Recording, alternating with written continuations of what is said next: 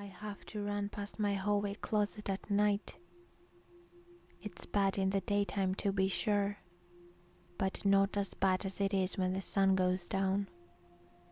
With the daylight illuminating my path, I can walk past the door and be okay as long as refrain from looking directly at it. At night, though, I have to break into a jog whenever I venture down the hallway.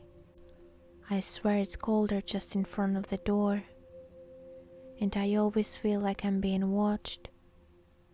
Can you honestly tell me that you never feel the same way? Are parts of your house just off limits because you don't know what it's in there? Ghosts are real, don't scoff. Think about it. Ghosts are bodiless entities that find a way to haunt certain places. How can anything with no physical manifestation exist in a particular location? By living in our heads. It's believing that ghosts are real that makes them real. That's all a haunting is. Add in the terrified reactions that we have, and it all comes together. We're haunted by the thing that has possessed our mind and causes us fear. So I ran past the haunted hallway closet, and of course, I know how silly it actually is, because I made sure all the bodies were dead before I put them there. I've suspected for a while that my roommate isn't human. When she sleeps, her eyes don't close all the way. I can see the blue of them jumping when she's dreaming, like she's focusing on 1,000 different things that I can't see. I've stopped sleeping most nights, too fascinated by those frantic irises to find any peace of my own. It's worse when she's awake. Watching her eat is one of the most fascinating spectator sports. Last night we fought about it before dinner. She never eats anything that I recognize. I don't understand when she's even buying these things.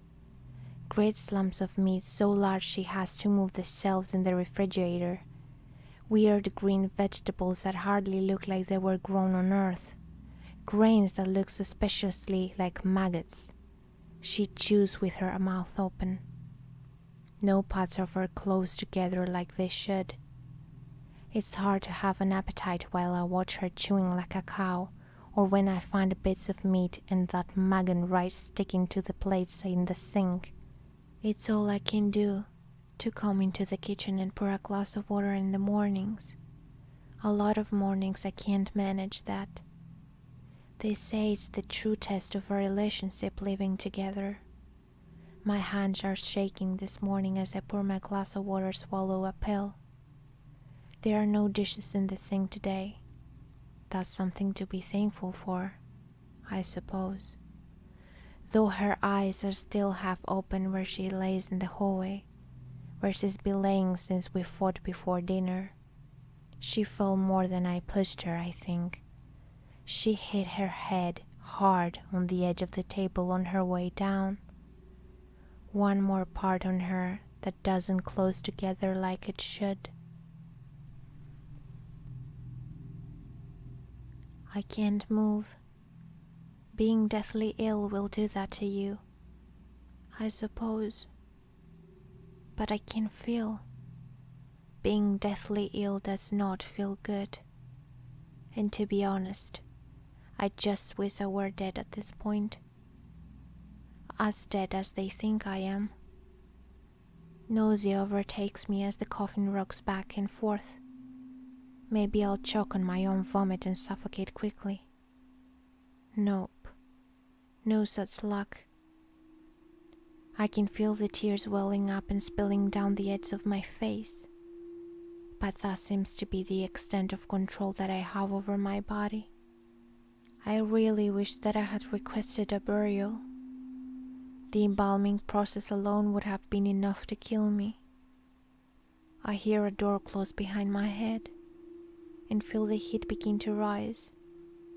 I really wish that I had not requested cremation. I used to go door to door for political campaigns. I always gave 2 solid knocks on people's doors if they did not answer the doorbell. Knock, knock. And occasionally people would ask, "Who's there?" Just like a joke that used to always make me laugh. It only took 1 knock knock for me to never go door to door again. The only knocking I do now is against the wall of the dark room he has me tied up and gagged in, hoping that someone will hear my knocking and ask, "Who's there?" Mommy said Daddy used to love her, but Daddy changed. She said that Daddy's planning a boat trip where he would take Mommy and me to a scary place, but then he would leave Mommy behind. But Mommy said that between here and the scary place there's a paradise island, and when the paradise island is near, Mommy and I would swim, leave Daddy behind. That's why she taught me how to swim when I got to be a big girl. She taught me how to hold my breath so we can hide underwater and Daddy won't see us swim away. When we were on the boat, I was a bit scared. Mommy held my hand. She smiled at me and whispered that I should get ready. There was a loud bang. There was smoke everywhere. Daddy went with other men to put out the fire. Mommy pulled me and we've jumped. Before we hit the water, I heard Daddy shout, "No!" But we did not let him see where we were going. I held my breath and Mommy did too, and we swam. I got tired for a bit, but Mommy held my hand and we kept going. I'm so excited to see the paradise island Mommy talked about. He held his wife's hand. He couldn't believe that her mind was deteriorating.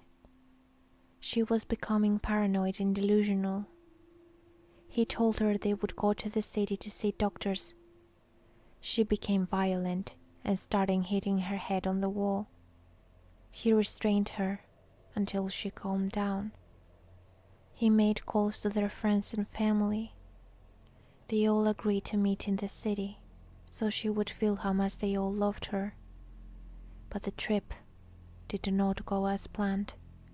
There was an explosion in the ship. When he went to help out, he had that sinking feeling. And when he turned around, she had jumped in the icy waters. She even took little Casey. He tried to go after them, but it was too late. At the port, he waited anxiously for the rescuers, somehow hoping everything will be all right. When they arrived, his word crumbled. "Sir, we'll need you to confirm the identity of the bodies." The scariest part of drowning isn't when you gasp desperately for air but your lungs fill with water. It's not that your last memory will be the sting of the ocean invading your mouth and nose. It's not the panic that sets in as you realize everything is going dark. The scariest part of drowning is when the person you love comes to save you, and you see the hands grab their ankles too. I mean, what's the difference between a monster and a regular animal? Bear with me for a moment. Think about whales. The ancient viewed them as sea monsters, like the Hydra or the Leviathan. And why wouldn't they? The blue whale is the largest animal to have ever existed. Dinosaurs are seen as these giant monsters, yet none of them can hold a candle against a creature that roams our oceans at this very moment. And how about giant squids? They were believed to be either fictitious or extinct for a long time, until the dead one showed up at the beach somewhere. When Marco Polo first saw a rhino, he was thrilled. His conclusion upon the sight was that unicorns were real, although way uglier than in the stories. And how is a rhino less impressive than a unicorn in any way? Take narwhals, a fun favorite, a whale with a horn. 2 monsters combined into one. Yet monsters aren't real, right? Personally, I think that hippos and rhinos and squids and tigers and elephants could all be monsters if they weren't real animals. You see, a lot went through my mind as I was laying on the floor. It happened so quickly. First my arm felt funny, but I just ignored. Then my legs stopped moving and my whole body went numb. I was paralyzed. The first day was hard, as you can imagine. The second was harder. And only after 3 days locked inside my apartment with no food, my dog approached me. I couldn't move. He was hungry. My cheeks must have seemed like the softer bit, because that was the first place he went. All animals are monsters, if you push them hard enough. We bought an old house, my boyfriend and I. He's in charge of the new construction, converting the kitchen into a master bedroom, for instance, while I'm on the wallpaper removal duty. The previous owner papered every wall and ceiling. Removing it is brutal, but oddly satisfying. The best feeling is getting a long peel, similar to your skin when you're repairing from a sunburn. I don't know about you, I kinda make a game of peeling on the hunt for the longest piece before it rips. Under a corner section of paper in every room is a person's name and date. Curiosity got the best of me one night when I googled one of the names and discovered the person was actually a missing person. The missing date matching the date under the wallpaper. The next day I made a list of all the names and dates. Sure enough, its name was a missing person, with dates to match. We notified the police, who naturally sent out the crime scene team. I overheard one text say, "Yep, it's human." Human? What's human? Ma'am, where's the material you removed from the walls already?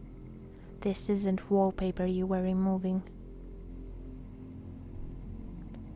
I hate it when my brother Charlie has to go away. My parents constantly trying to explain to me how sick he is, that I am lucky for having a brain where all the chemicals flow properly to their destinations like undammed rivers. When I complain about how bored I am without a little brother to play with, they try to make me feel bad by pointing out that his boredom likely far surpasses mine, considering he's confined to a dark room in an institution. I always beg for them to give him one last chance. Of course they did at first. Charlie has been back home several times. Every time without fail it all starts again. The neighborhood cats with gouged out eyes showing up in his toy chest. My dad's razors found dropped on the baby slide in the park across the street. Mom's vitamins replaced by bits of dishwasher tablets. My parents are hesitant now. They say his disorder makes him charming, makes him trick the doctors who care for him into thinking he is really for rehabilitation, that I will just have to put up with the boredom if it means staying safe from him. I hate it when Charlie has to go away. It makes me have to pretend to be good until he is back.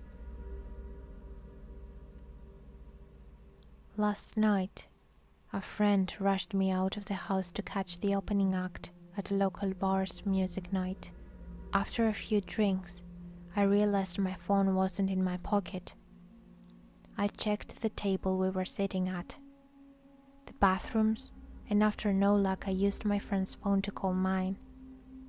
After 2 rings someone answered, gave out a low raspy giggle and hung up. They didn't answer again. I eventually gave it up as a lost cause and headed home. I found my phone laying on my nightstand, right where I left it.